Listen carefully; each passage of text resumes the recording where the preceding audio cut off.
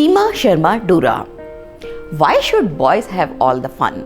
जब भी हम सीमा शर्मा जी को बाइक राइड करते हुए देखते हैं तो जहन में सबसे पहली बात यही आती है, क्योंकि बाइक राइडिंग को पुरुषों के एकाधिकारवादी क्षेत्र से जोड़कर देखा जाता रहा है। उनकी जर्नी भी कम दिलचस्प नहीं है, तो चलिए क्यों ना उनसे ही जाना जाए उनके इस दिलचस्प सफर के बारे में।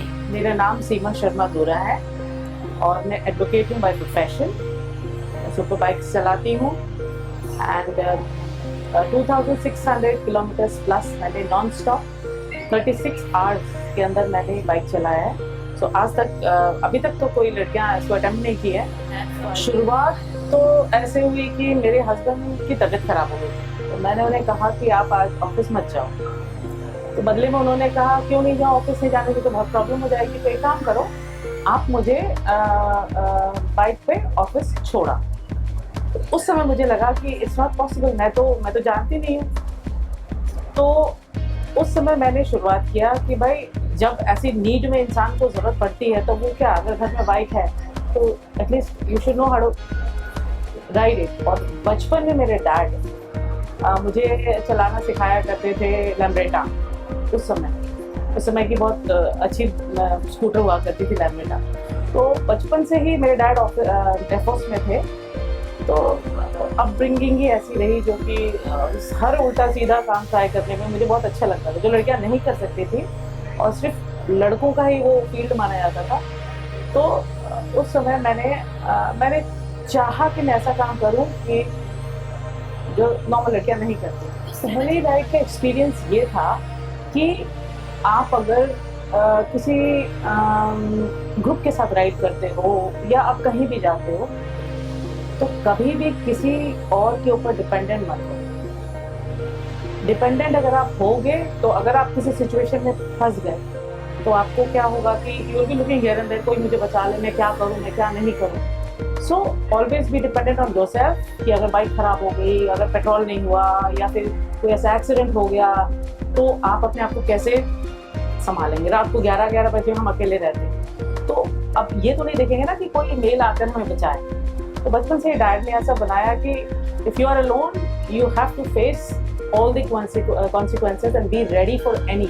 अब जैसे मुझे मत करो, मुझे मत छुओ, मैं हूँ ये हूँ, मैं ये कर दूंगी, वो कर दूंगी, नहीं। फर्स्ट फेस तो बाद में आती है।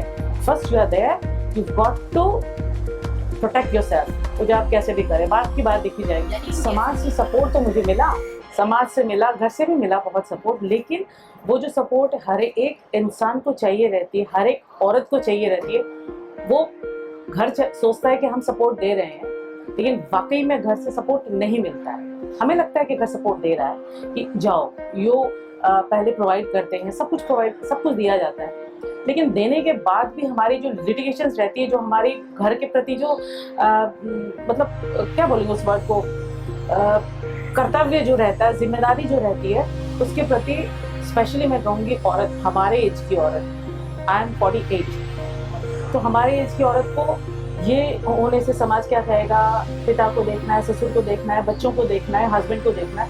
उस समय बहुत ज़्यादा प्रॉब्लम आता था, आज भी आता है, लेकिन हाँ हम लोग उसको सीख लेते हैं। हमारी एज की औरतें जो होती है ना, वो समझती है ये प्रॉब्लम क्या होता है, कि हम छोड़ नहीं सकते। आजकल के बच्चे क्या है कि उनका अपब्रिंगिंग ही ऐसा है कि उन्हें बिंदास रहने की आदत है। हम लोग उन बिंदास लोगों से नहीं है। तो वो जो कीड़ा था दिमाग में ना कुछ ऐसे काम करने का, तो वो कीड़े को मरने नहीं दिया, तो यहाँ तक वो कीड़ा पहुँचा दिया। जब मेरे बच्चों का, स्पेशली जब 10th का 12th का जब एग्ज़ाम आता है, या फिर जब मैं बच्चों को पढ़ाती हूँ, तब मुझे अपनी सारी चीज़ों को छोड़ देना पड़ता है। बिकॉज मैंने, जैसे हमारे ग्रुप में राइड होती है एवरी संडे, तो संडे ही मेरे पास टाइम रहता है। As I am an advocate I keep on all the time busy, तो सैटरडे संडे टाइम रहता है। वही सैटरडे संडे टाइम मुझे बच्चों को भी देना होता है, मुझे अपने लिए भी करना होता है। सबसे बड़ी प्रॉब्लम जो अभी मैं फेस कर रही हूँ, मेरी जो बाइक की टायर्स है वो मुझे चेंज करनी है।